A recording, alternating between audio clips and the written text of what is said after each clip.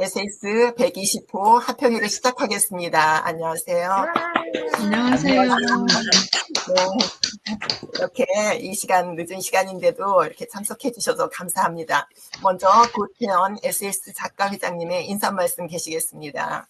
예, 안녕하십니까. 안녕하세요. 지금 창간 기념식 했던 그 여운이 채 가지 않았습니다. 어쨌건 우리 그 하평회는 이제 필진을 비롯한 회원들이 우리끼리 모여서 서로의 글을 나누는 그런 작은 잔치입니다. 예, 이게 작가들 나름대로의 그 동반자적인 그런 우위를 다지는 그런 계기가 되었으면 좋겠습니다. 제가 이 자리에서 적절한 말인지는 모르지만,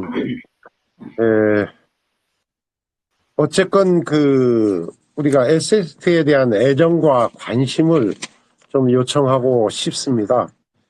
제가 회장 되고 나서 이제 1년 훨씬 넘고 이렇게 느낀 게 좀 여러 가지 협조나 이런 것들을 구하기 위해서 전화도 나누고 이렇게 소통을 하려고 하는데 좀 비협조적이랄까?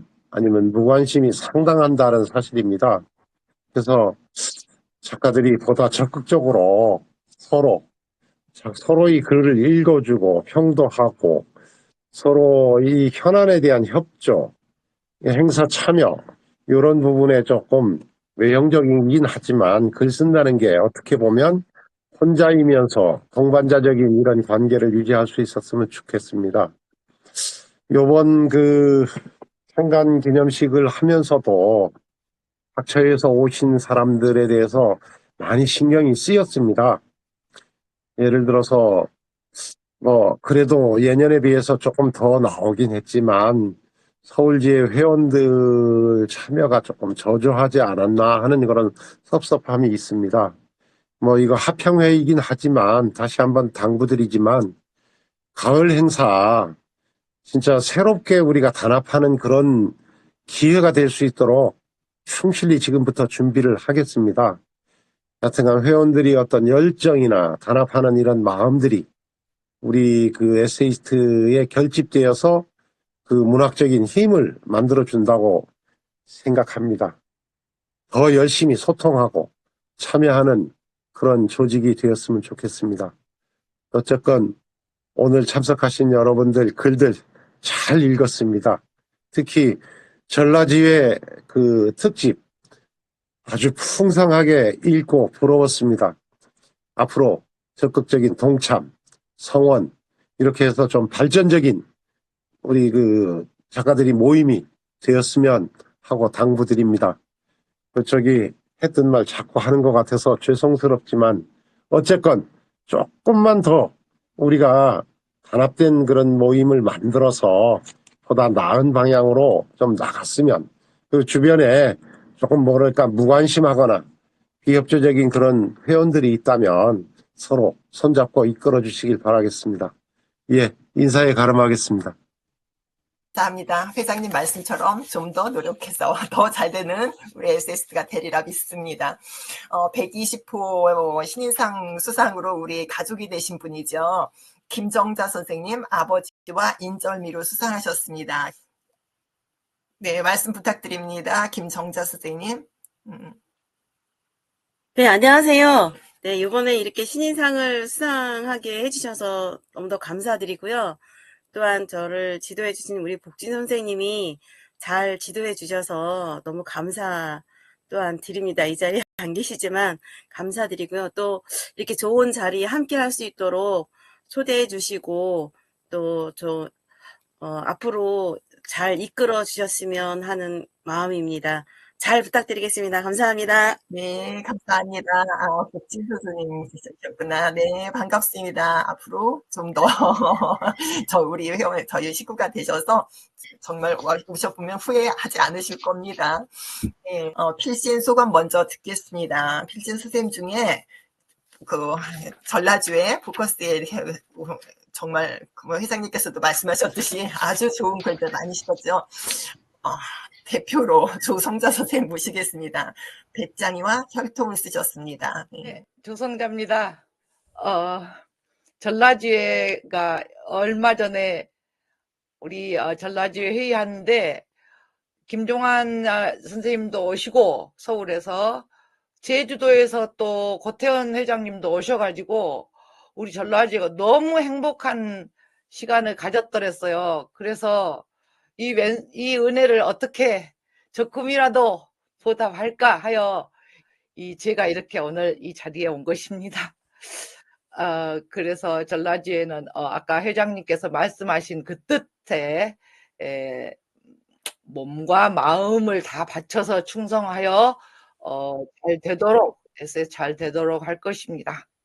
맹세합니다. 맹세합니까? 네.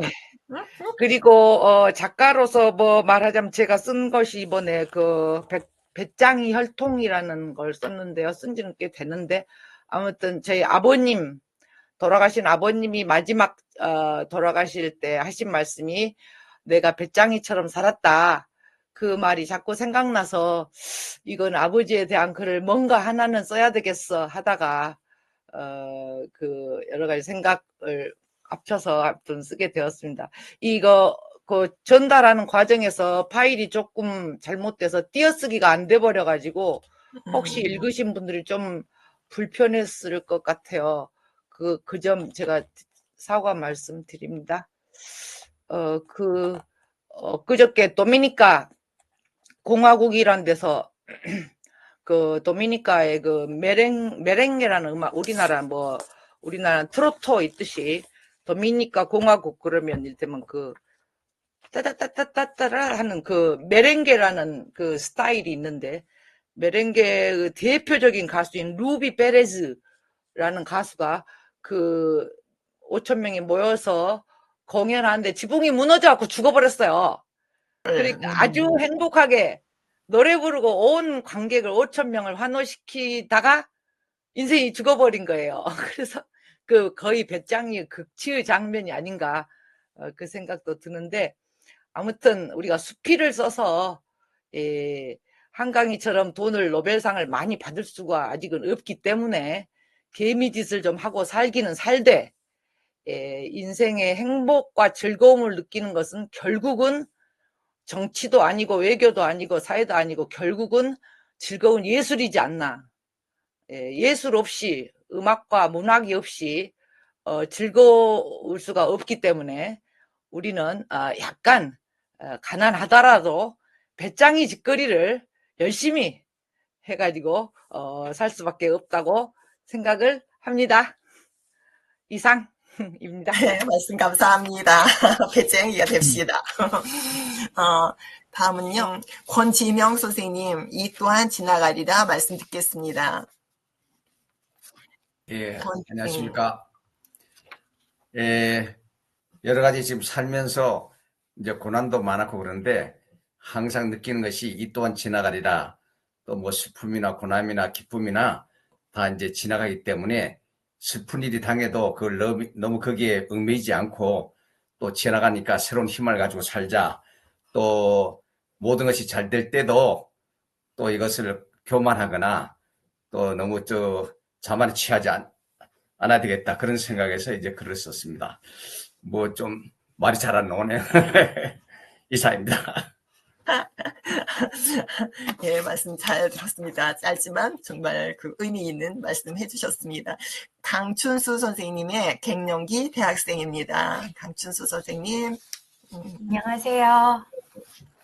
신인상 받은 지가 엊그제 같은데, 제가 벌써 선배가 되었네요. 갱년기가 없었다면 제 컴퓨터에는 글이 없었을 것입니다.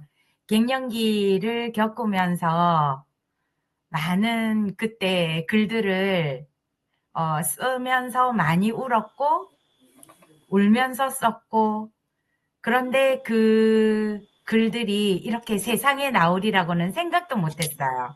우리 백남경 선생님을 만나면서 이 글들이 세상에 나왔고 또 이 세상에 나온 이 글을 에세이스트가 책으로 딱 또 이렇게 인쇄를 해주셨단 말이죠. 제 인생에서 봤을 때 이거는 기적과 같은 일이었어요. 정말 한 번도 누구나 다 책은 내겠다는 소망은 있지만 그것을 행동으로 한 사람은 몇이나 있을까요? 그리고 누가 해줄까요?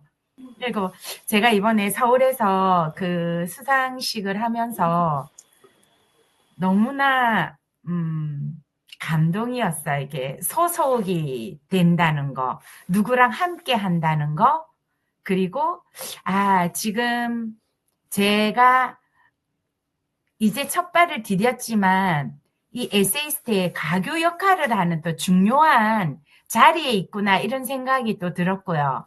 또 지난주에 우리 이해란 작가님의 그 수필집을 읽으면서 너무나 진짜 또 행복한 시간을 보냈고 도전을 받았고 그래서 막 읽다가 제가 감사하다고 문자도 드렸고 근데 맨 마지막에 김정환 선생님의 합평을 진짜 읽으면서 기절할 뻔했어요. 어떻게 이렇게 글을 잘 쓸 수가 있을까? 이게 한글 28자가 어떻게 이렇게 정말 사람을 흥분시키고 감동시키고 그럴 수 있을까? 지금도 좀 떨립니다. 그래서 저는 거기에 감히 뭐 나설 수는 없지만 이 에세이스트 이거를 읽는다는 것 자체만으로도 그리고 또 참여한다는 것만으로도 아까 우리 고태현 회장님 말씀하셨지만 열심히 참여해서 그 뒤를 잘 이어가겠습니다. 이상입니다. 너무 감동적인 말씀 해주셔서 이 대목에서 김정환 선생님 한 말씀 하시고 싶으실까?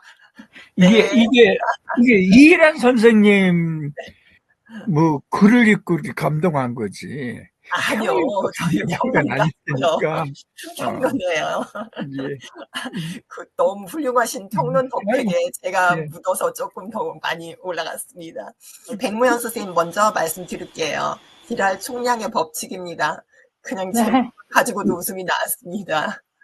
그 에세이스트 들어와가지고 제법 많은 글을 실었더라고요.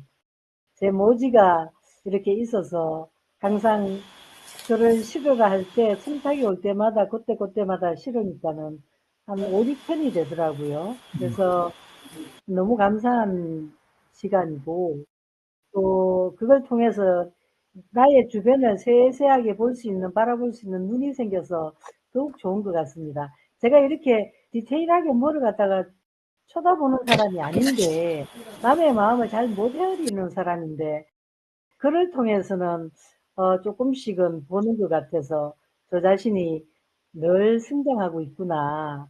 그리고 내 옆에 자리에 다른 사람이 앉을 수 있는 그런 그 공간을 만들어 주기도 하는구나.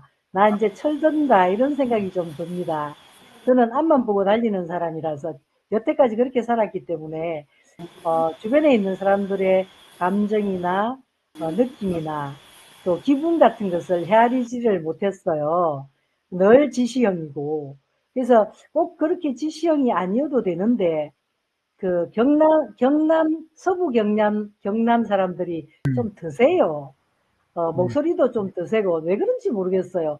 그 아마 지리산 자락이 험한 지형을 받고 살아서 그런지 저도 이건 제가 고쳐야 될 가장 큰 핸디캡이라고 생각을 하는데 늘 그러다가 보니까 다른 사람들한테 상처를 많이 주고 그랬던 것 같아요. 그런데 글을 쓰면서 제가 말로 하는 것보다는 글로 하는 것이 훨씬 더 여과시켜서 차분차분하게 할 수 있으니까 제 진심이 좀 전달되기가 쉽지 않을까 하는 생각이 들고요. 글을 쓰고 나서는 제가 말을 더 잘하는 것 같아요.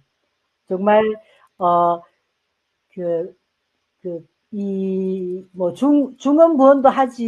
중언부언도 글도 굉장히 많이 중언부언했는데 워낙 이렇게 합행회를 통해서 좀 이렇게 잘라내고 하는 태고를 통해서 그렇게 하다가 보니까 쓸데없는 말을 많이 할 필요가 없겠구나라는 것도 들고요. 그래서 어쨌든 우리 이 합행회 시간이 정말 소중한 것 같고 에세이스트 덕분에 제가 늦게라도 철이 들어서 너무 감사하게 생각합니다. 이상입니다. 네, 말씀 감사합니다.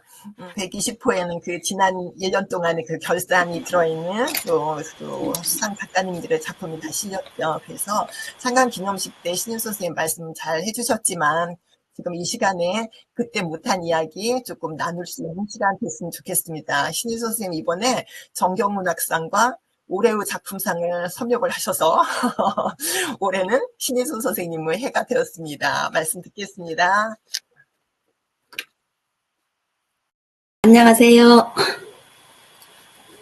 저는 이혜란 선생님이 그렇게 말씀해 주시는데 영광이기도 하지만 엄청 떨리고 글 쓰는 게 더 어려워진 것 같은 느낌이에요. 저 글을 잘 써서 받은 게 아니고 그냥 격려의 차원으로 주신 거라고 생각하고 기쁨으로 받았습니다. 제가 이제 퇴직하고 집에서 병원만 왔다 갔다 하면서 올해가 이제 딱 11년째에 접어들었어요. 근데 그래도 제가 이렇게 많이 무너지지 않고 저를 잘 찾아서 이렇게 살아가고 있는 게 에세이스트 덕분이어서 정말로 감사하고 행복합니다. 집에서라도 이렇게 사람들을 만날 수 있고 또 그래도 책상에 앉아서 책을 펴고 글자 한자 한자 이렇게 적을 수 있는 그 시간들이 저한테 주어진 것에 대해서 늘 감사하고 있어요. 책을 내는 것도 저는 저의 인생 곡선에 있어서 전혀 예상치 않았던 거였고 뭐 이런 상이 주어지는 것도 감히 상상도 하지 않았고 그냥 저는 잘 쓰시는 여러 선배님들의 글을 보고 이제 감탄하고 박수 쳐주고 그런 역할을 일로 사는 것도 감사하고 기뻤는데 하여튼 전 2025년 3월이 저에게는 저의 인생에 있어서 저의 노년을 갖고 가는데 가장 큰 사건이고 기록될 만한 일이라고 생각합니다. 그래서 그런 기회를 주셔서 너무 감사하고 그냥 앞으로 좋은 글을 쓸 수 있도록 정진하겠습니다. 감사합니다. 말씀 감사합니다. 권경자 선생님 해바라기라고 하셨는데요. 권경자 부산 지회장님 모셨습니다. 말씀 드릴게요. 예. 아까 네. 저기 배무영 선생님, 네. 그리고 태그 선생님 말씀도 잘 듣고, 신희수 선생님 말씀도 잘 듣고, 저는 신희수 선생님 보면 항상 좀 미안한 감이 드는 거 하나 있어요. 그때 경주 세미나에 갔을 때 저는 신희수 선생님 대해 전혀 몰랐습니다. 정보가 하나도 없었어요.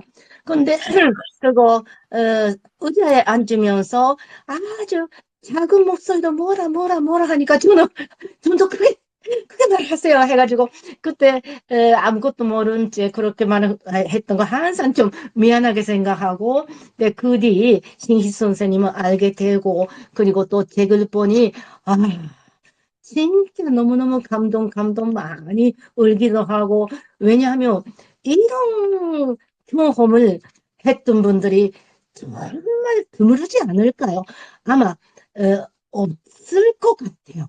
근데 그거를 아까 제가 12년째라고 하셨는데 그 세월이 어떤 식으로 겪어왔을까. 그리고 또 남편도 많이 도와주시고 의사 선생님 그리고 또 자녀분들이 그 삼위일체라 할까 그거 다 글에 녹여 있는데 너무너무 저는 감동했어요. 감동하고 그리고 또 그거 동경문학상 그거는 뭐 저는 책이 나왔을 때 뭐 벌써 당연하다고 생각하고 있었는데 또 실제 작가가 돼버렸어요. 그래서 제가 그거 농담 삼아 뭐 배가 아파가지고 전화는 안 했다 그렇게 농담을 했는데 참 그거 이때까지 열심히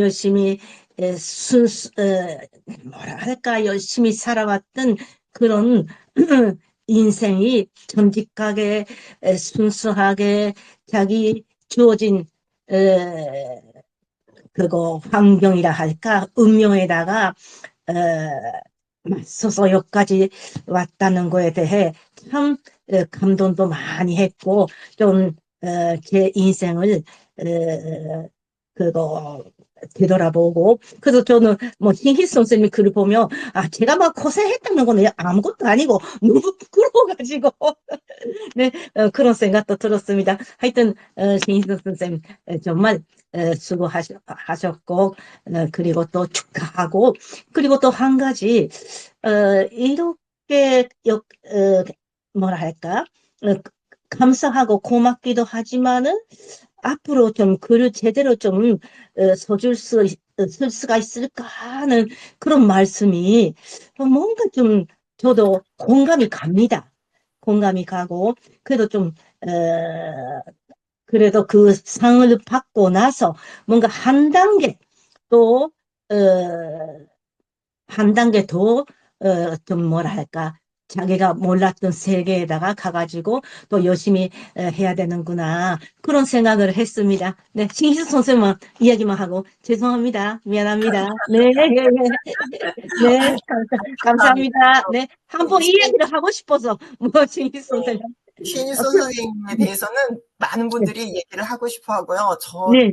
같은 경우도 신희수 선생님은 그러니까 아픈 거를 부러울 사람은 세상에 하나도 없을 텐데 아팠을 때 어떻게 이제 그 남편 선생님께서 어떻게 하셨다는 소문을 한 5년쯤 신희수 선생님을 만나기 전에 어떤 이런 사람이 계신데 아주 엄청 사람들이 부러워하면서 이름부터 알았었거든요. 나중에 만난 선생님은 이런 분이시더라고 이렇게. 그렇죠. 정말 역할도 축하드리고 앞으로 내내 건강하셨으면 좋겠습니다. 다들 오시겠다고 했는데 많이들 못 오셨어요. 지정숙 선생님 말씀드릴게요. 예. 저는요, 서울에서 이거 창간 기념식하고 우리 훌륭하신 선생님들 그 상 받으시는 거 그 모습을 직접 보질 못했어요. 안타깝게도 밖에서 있었잖아요. 저는 그래가지고 오늘 무슨 일이 있어도 선생님들 그 수상 소감이랑 이거를 한마디도 빠짐없이 듣고 싶어서 아마 거의 세 번, 네 번째로 제가 여기 참석하겠다고 그랬죠. 네. 근데 오늘 보니까는 많이 안 오신 것 같으네요. 이렇게 처음에 명단 볼 때는 많이 오시는 것 같았는데, 그래서 조금 안타깝긴 한데, 우리 김정자 선생님, 또 강춘수 선생님,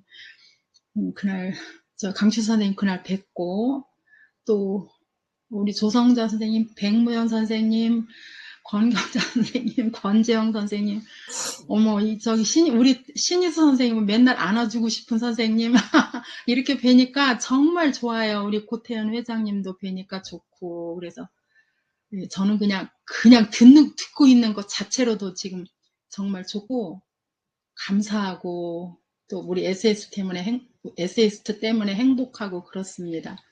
다른 선생님들 말씀 경청하고 있을게요. 많이 축하드려요. 많이 축하드려요. 지정숙 선생님도 정경문학상 수상자신데 너무나 계속 겸손하셔요. 그걸 워낙 좋으시고 그 새 책도 또 두 번째 책도 준비 중에 계신다고 알고 있습니다. 저는 이번에 제가 저 책을 냈잖아요. 어찌지 그냥 버티다 사실은 내진 건데요. 이제 그 책을 내고 나니까 사실 뭐 부끄럽고 민망하고 이거는 정말 책 내본 사람들은 다 비슷하게 그럴 것 같아요. 근데 이제 그런 감정하고 다르게 그 책을 받으시면서 너무 고마워해 주시고 예쁘다고 말해 주시고 그리고 이렇게 매일 문자 이렇게 보내주시고 그래서 이런 걸 보면서 제가요 책을 내지 않았더라면 몰랐을 이런 감정을 느꼈어요. 그러니까 그 누군가의 책을 읽어준다는 것은 그 사람의 시간을 쓰는 거잖아요. 그러니까 나를 위해서, 그러니까 내가 쓴 뭐 이렇게 그냥 대단할 거 없는 이런 글을 읽어주기 위해서 보니 자기의 시간을 일단 쓰고 이 시간을 써준다는 게 정말 사랑 아니면 안 되는 일이구나 이런 걸 느꼈고 그리고 이걸 사랑을 표현해주고 뭐 그냥 잘났건 못났건 이렇게 애썼다라는 거 말씀해 주시고 이러면서 제가 더욱 겸손해야겠다 이런 생각을 했고요. 그러면서 책을 내는 게 야, 이렇게 사람을 성장시키는 거구나.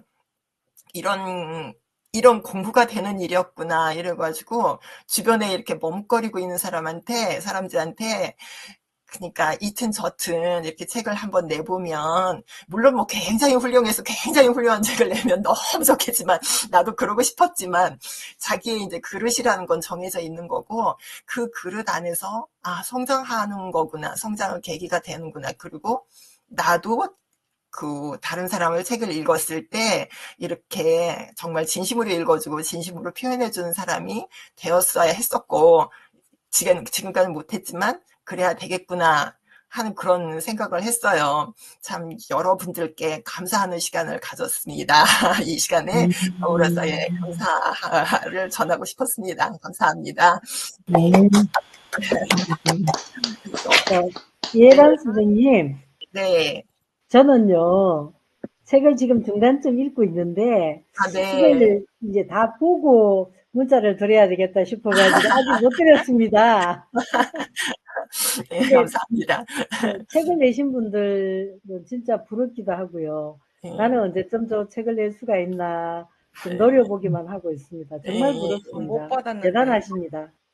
아직 저희 주소록을 못 받아가지고 아직 못 보냈습니다. 그거 네, 그날 행사 날은 다 이렇게 나눠드렸는데 이제 행사 때 오신 분, 네, 오신 분들 안 오신 책이 오기만 하면 48시간 이내에 다 읽었는데.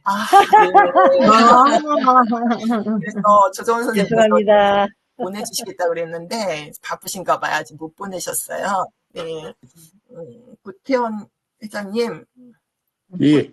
회장님 말씀 한번 더 해주실까? 아까 인사하시느라고 말씀 못 하셨어요. 예, 아닙니다. 좌우지간 어쨌건 그 선생님들 글들 읽으면서 많이 배우고 자극받습니다. 그리고 저는 글을 그렇게 좀 이해란 선생님 글 읽으면서 그랬어요. 아, 일상에서 이렇게 좀 섬세한 감정을 끌어낸다는 게 저는 그게 안 되더라고요. 그래서 다른 작품들을 열심히 좀 읽어야겠구나 그런 생각이 들었습니다. 그래서 저는 이제 글을 쓰면서 아직까지 무슨 고향 얘기나 가족 얘기나 뭐 이런 얘기를 어머니 아버지 얘기도 거의 안 쓴 것 같아요.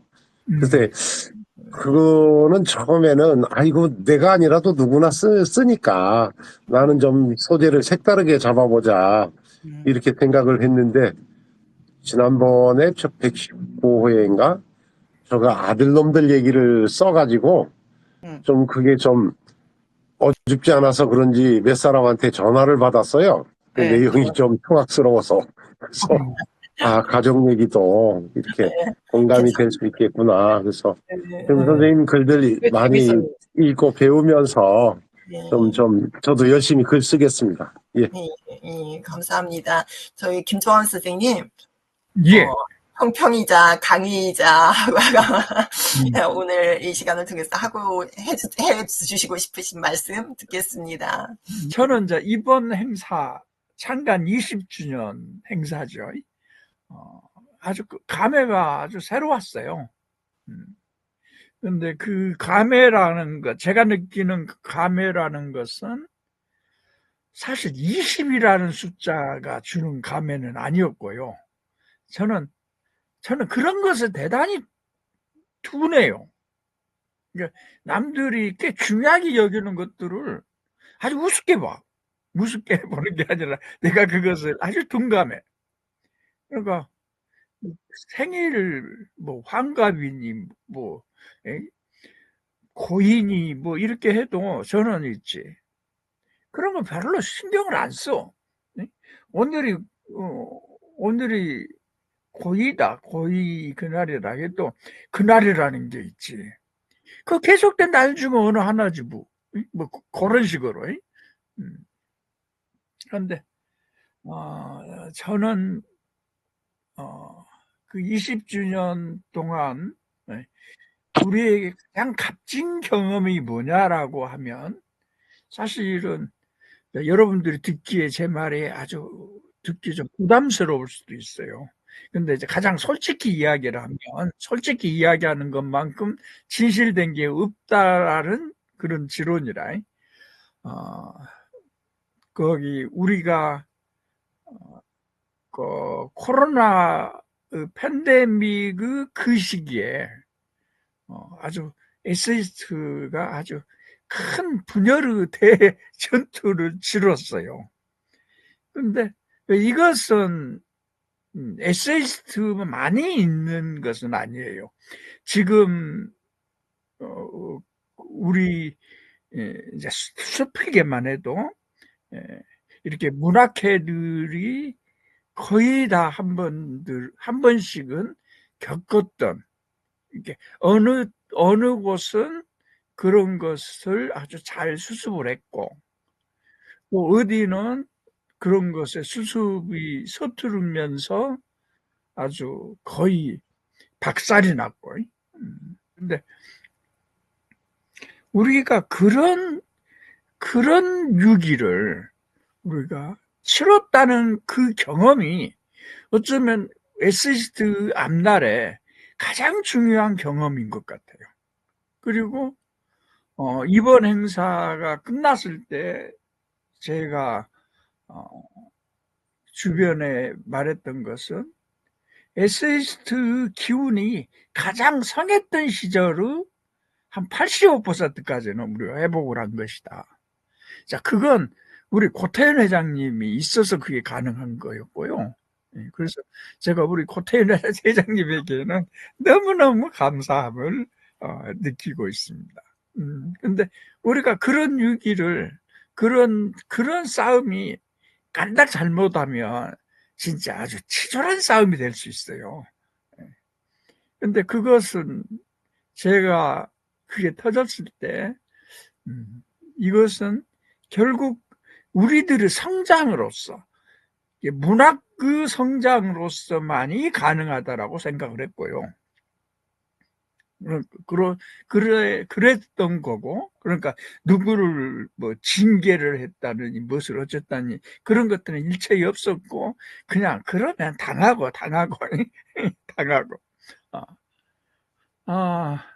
본래 제가 지도력이 없어요. 지도력이 없으니 뭐 카리스마 같은 것은 있을 리도 없고, 그럴 때 가장 큰 무기는 그냥 견디는 거지. 때리면 그냥 맞아주는 거지. 때리다가 나중에 때린 놈이 지칠 거야. 자, 그런 상황 속에서 우리가 그 위기를 넘어왔고, 무엇으로 넘어왔는 거니? 우리의 주축, 그러니까 새로운 세대 교체가 됨으로써 그게 세대 교체에 성공하면서 이런 것들은 아주 자잘한 사건인 것처럼 넘어올 수 있었어요.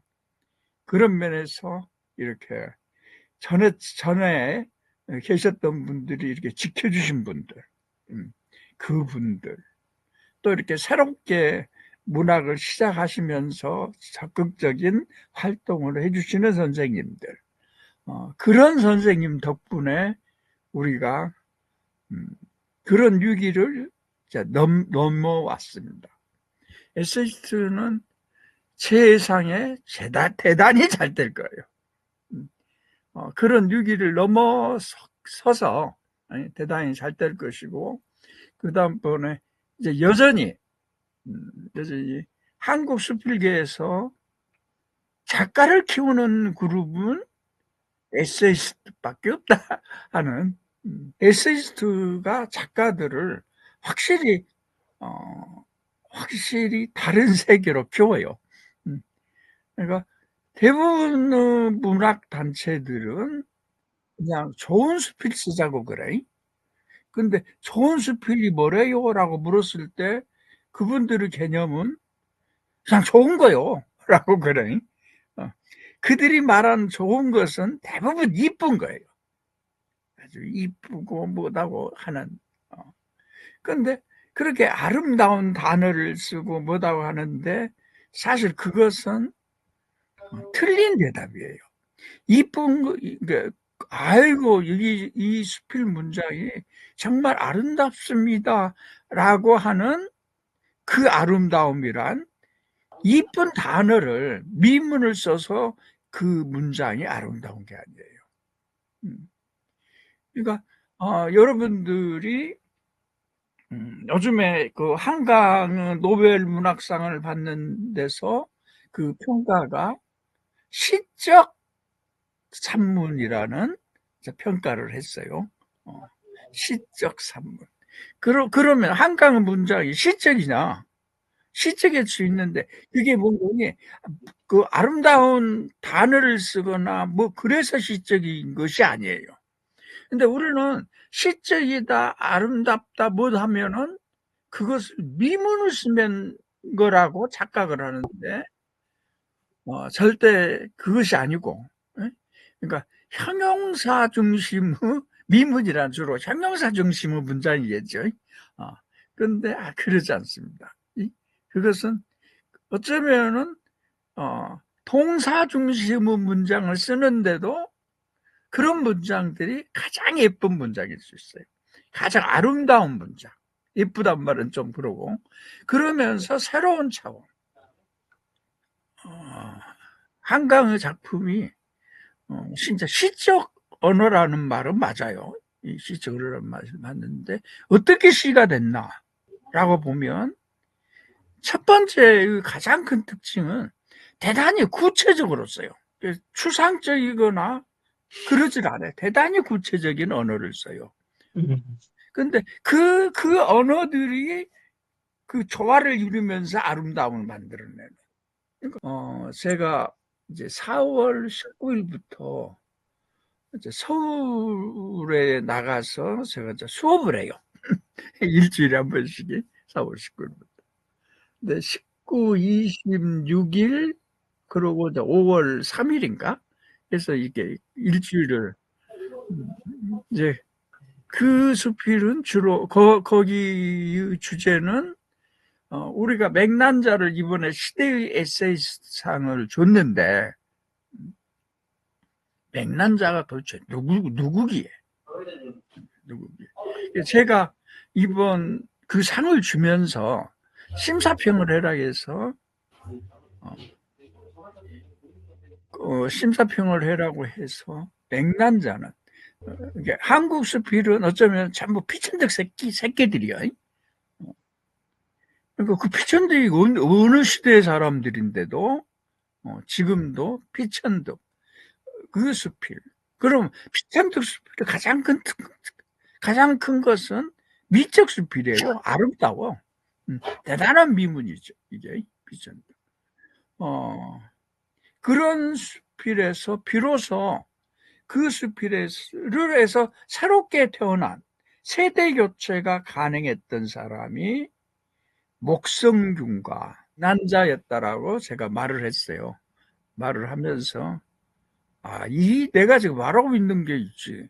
이게 한국 수필사에서는 대단히 중요한 이야기를 하고 있구나. 제가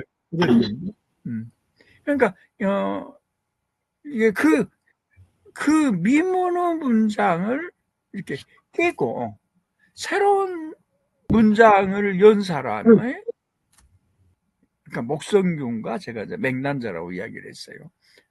근데 그 미문은 나쁘다는 것은 아니고요. 그 전통을 그냥 이어온 사람들은 한국에서 송광선 선생일 거고, 그리고 이제 최민자 그쪽으로 이렇게 이어질 수 있는 거라면 그 세계하고는 전혀 다른 세계를 만든 사람이 목성균이고, 근데 이제 목성균의 가장 큰 특징은 수필의 등장인물들에서 성격을 나타내요. 목성균 수필은 성격이 그러니까 만약에 우리가 보면 드라마는 워낙 뛰어난 탤런트들이 자기의 성격을 확실히 나타내버려. 그 성격을, 사람들의 성격을 바로 구현하죠. 이게. 그런데 거기 러시아에 80년대까지 이름이 알려지지 않았다가 갑자기 알려졌던 사람이 바흐진이에요. 아주 바흐진이 늦게 알려졌는데 전 유럽을 석권해버려. 그 바흐진이 이룬 이번권이 다성론이에요. 다성. 다란 말은 마늘 따자고 성은 목소리 성자예요. 장편 소설에서 아주 두드러지게 나타난 건데, 이제 그 사람은 바흐진이 비교한 것은 톨스토이하고 도스토옙스키예요. 근데 읽어보면 모든 사람이 톨스토이 목소리 하나로 다 안 돼. 이 사람도 그 목소리들이 여러 사람이 나타나고 하는데 그 목소리는 같아. 근데 도스토옙스키에 가면 그 다양한 인물들이 다 다른 개성을 갖고 있는, 그러니까 다른 목소리를 내는 거예요, 이게. 근데 우리가 뭡니까? 텔레비전 드라마는 사실은 아주 개성 있는 목소리를 갖고 이게 나타나죠. 그건 배우가 그걸 만들어내. 그러니까 그것은 행동으로 만들어내고 우리같이 이렇게 언어를 쓰는 그 사람들에게는 사실 그걸 나타내기가 꽤나 힘들죠. 그리고 지금 내가 지금 말하고 있는 것을 내가 누구한테 숙제를 냈어요. 한 분이 곧 장편 수필이 나와. 우리한테 장편 수필이. 근데 여기 우리 지정숙 선생이에요. 당신을 환대하기 위하여요. 교수님. 그 이야기는 어쩜 어려서부터 이렇게 살아왔던 이야기, 살아온 이야기를 가지고 쭉 써왔다면 그 또한 장편이에요.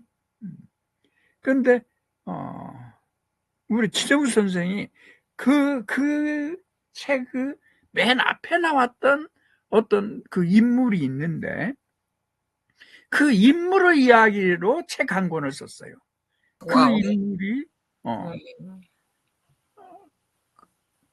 엄청 고생이 하셨지. 우리 지 선생이니까 가능해, 그렇게 쓰는 게.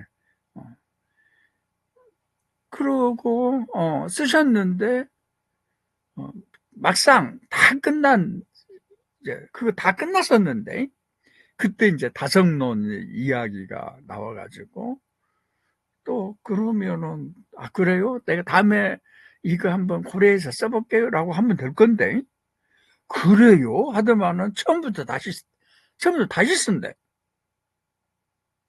그래가지고 그 책이 곧 나옵니다. 그 책이. 근데 저는 우리 지정숙 선생님의 그 글을 보면서 그래서 엄청 배웠어요. 우리가 배웠다고 하니까 배웠단 말에 너무 흔해 빠진 글인 것 같은데.